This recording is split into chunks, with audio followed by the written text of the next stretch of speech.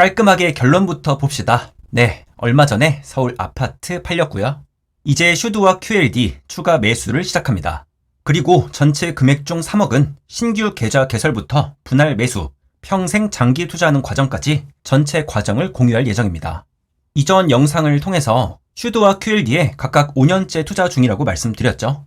그때만 해도 슈드는 50% 가까이, QLD는 130% 정도 됐는데 네, 아쉽게도 요새 아주 많이 떨어졌습니다. 그래도 괜찮습니다. 그리고 이어진 이후 영상에서 물론 아주 오래 전부터의 계획이긴 하지만 서울 아파트를 팔고 슈드와 QLD에 투자한다고 말씀드렸습니다. 그때만 해도 이렇게 빨리 될 줄은 몰랐는데 생각보다 빠르게 진행이 잘 됐고요. 아파트 팔았습니다. 그래서 이제 합니다. 말하는 대로 합니다. 자, 봅시다. 서울 아파트 팔렸고요. 슈드와 QLD 추가 매수 딱 어제부터 시작했고요.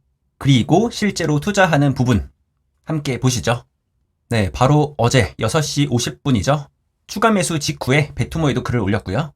1주차 시작, 슈드 2천만원, QLD 100만원. 보시는 것처럼 1주차 매수 금액은 총 2,100만원. 나머지 대기자금은 MMF에 넣어두었습니다. 추가 매수 계획을 간단히 소개해드리자면 이 내용도 베토모에는 같이 올려뒀었는데요. 매주 2천만원씩 산다. 아주 간단히 보자면 이렇습니다. 먼저 슈드에는 약 90% 정도 되죠. 3억을 투자합니다. 4월부터 7월까지 약 3개월 동안 2천만원씩 15주차 곱해서 3억 되고요. QLD에는 약 10% 3천만원을 투자합니다. 30주차에 걸쳐서 분할 매수하게 되고요. 4월부터 11월까지 총 6개월 동안 투자합니다. 그러니까 그래프로 보면 대략 이런 모습이 됩니다.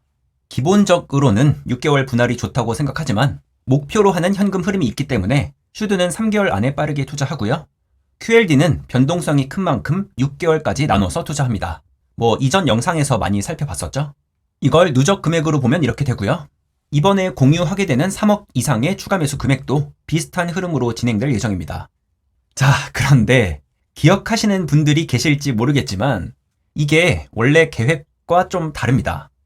이번 1월이죠. 슈드와 QLD 장기 투자에 대한 후기를 다뤘던 영상입니다.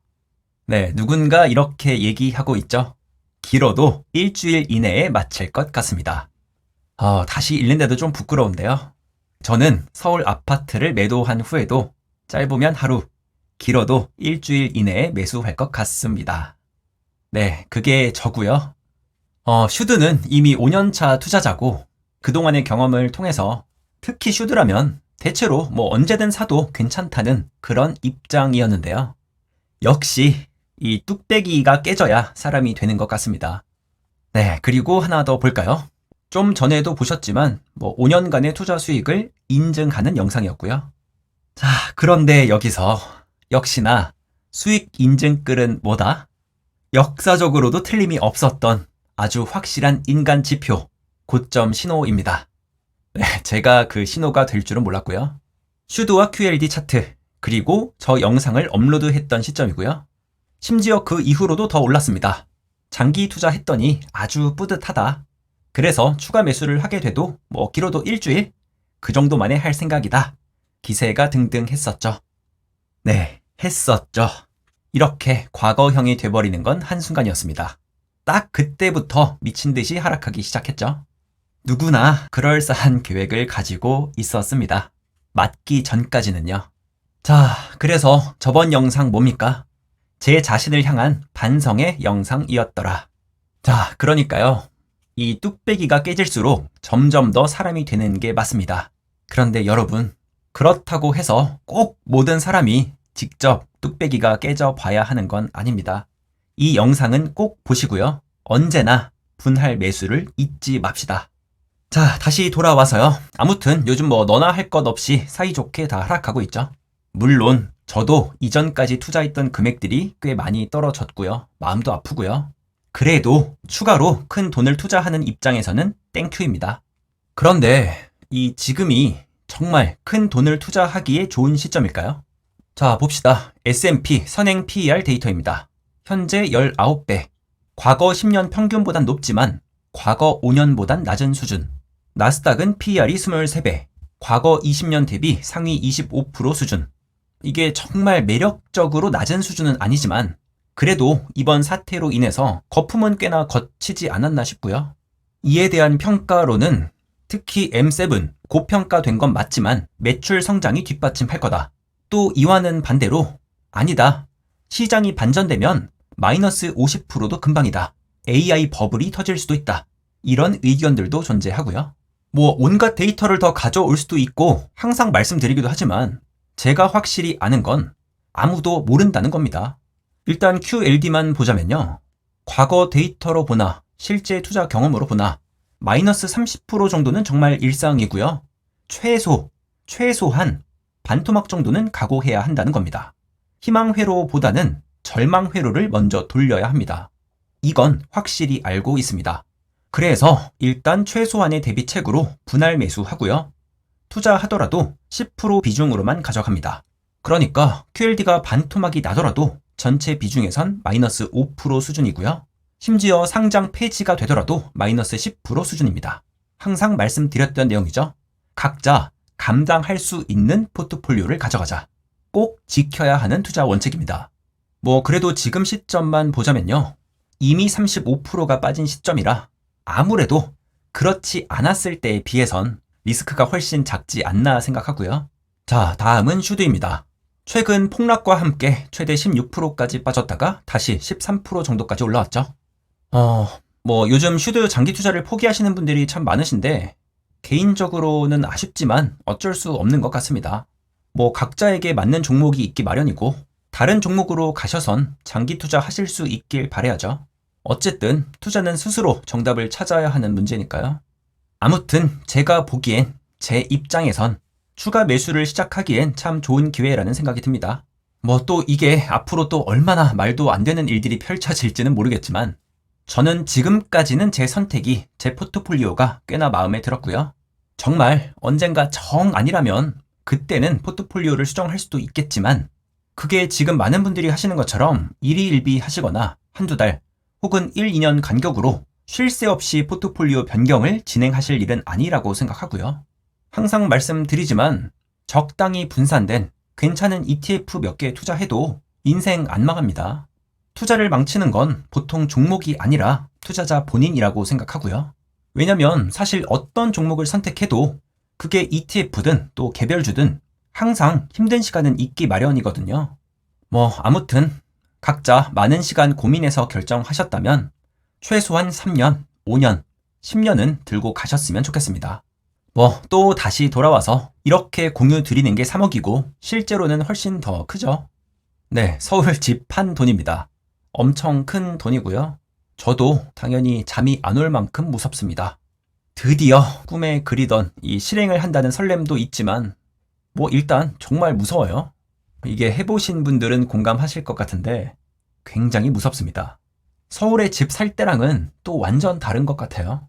그러니까 이게요. 아무리 과거 데이터 봐서 뭐 합니까? 이 미래를 아무도 모르죠. 이거 알았으면 큰 하락이 진짜 없을 거면 전 국민이 다 TQ, 쏙을 투자했죠. 저도 했죠. 근데 이게 정말 앞으로 10년짜리 정말 대환장하는 횡보 파티가 벌어질지 반토막 나는 금융위기가 또 찾아올지 아무도 모르는 겁니다. 심지어 이 배당이 삭감될 수도 있고요. 그래서 이러한 문제들은 최대한 대비하고 있는데 이 부분은 또 차차 영상으로 말씀드리기로 하고요. 사실 오래 전부터 보신 분들은 여기 써놓은 내용들 그 이상까지 다 알고 계실 겁니다. 아주 중요한 내용이기 때문에 예전 영상에서도 많이 다뤘거든요. 저도 다시 한번 리마인드하는 차원에서 다뤄보겠습니다. 그러니까 백날 입으로 얘기해봤자 소용없다. 과거 차트 데이터들 수백 개씩 가져와도 소용 하나도 없다. 정작 실행을 하는 입장에서는 정말 전 재산을 투자하는 사람 입장에서는 진짜 필요한 건 응원이지 않나 생각합니다. 제가 지금 그 입장이 돼보니 그렇습니다. 자, 그래서 앞으로도 평생 장기 투자하는 기록들 그리고 배당 파이어족으로서 어떻게 잘 살아가는지 혹은 그 반대가 되는지 뒤따라오시는 분들을 위해서 꾸준히 열심히 기록해 보도록 하겠습니다. 자, 여기까지가 제가 베토머에 올렸던 내용 중에서 서울 아파트 팔았다. 슈드 QLD 계획대로 말한 대로 투자할 거다. 그리고 어떻게 투자할 거다에 대한 내용이었고요. 한 가지 기쁜 소식이 더 있었죠. 제주 특별자치도. 네, 맞습니다. 저 이제 제주도로 이사 갑니다. 그렇게나 평생 동안 꿈꿔왔던 제주도로 이사 갑니다. 어차피 이제 서울에는 제 집이 없기도 하고요. 그리고 이사와 동시에 파이어를 시작합니다. 와이프가 그동안 직장 생활을 더 하고 싶어 해서 저 먼저 반파이어 상태로 유튜브 하면서 기다리고 있었고요. 와이프 직장 분들도 잼투리 채널을 많이 보고 계셔서 그동안 엠바고가 걸려 있었습니다. 이렇게 이사와 함께 파이어 준비하고 시작하는 과정도 다음 영상에서 자세하게 다뤄보겠습니다. 자, 그리고 이렇게 오랜 시간 걸려서 도착한 제 본업이죠. 어제는 10km, 그저께는 15km 뛰었고요. 근데 여기서 아주 재밌는 점이 하나 있습니다. 자, 왼쪽이 바로 어제 뛰었던 기록이고요. 이 오른쪽은 작년 JTBC 마라톤 끝난 후에 뛰었던 기록입니다. 한 일주일 정도 후죠. 보시면요, 이 페이스, 이건 5분 30초대로 거의 동일합니다. 그런데 심박수를 보시면요, 작년에는 130 정도였고요. 어제는 그게 거의 160 정도 됐습니다. 그러니까 이게 작년만 해도 저에게 엄청 쉬운 속도였고요. 그랬던 게 겨울에는 추워서 또 봄에는 미세먼지가 있어서 열심히 안 뛰었더니 지금은 그게 꽤나 고통스러운 속도로 바뀐 겁니다. 이 세상이라는 건 동일한데 그대로인데 내가 열심히 뛰지 않았다.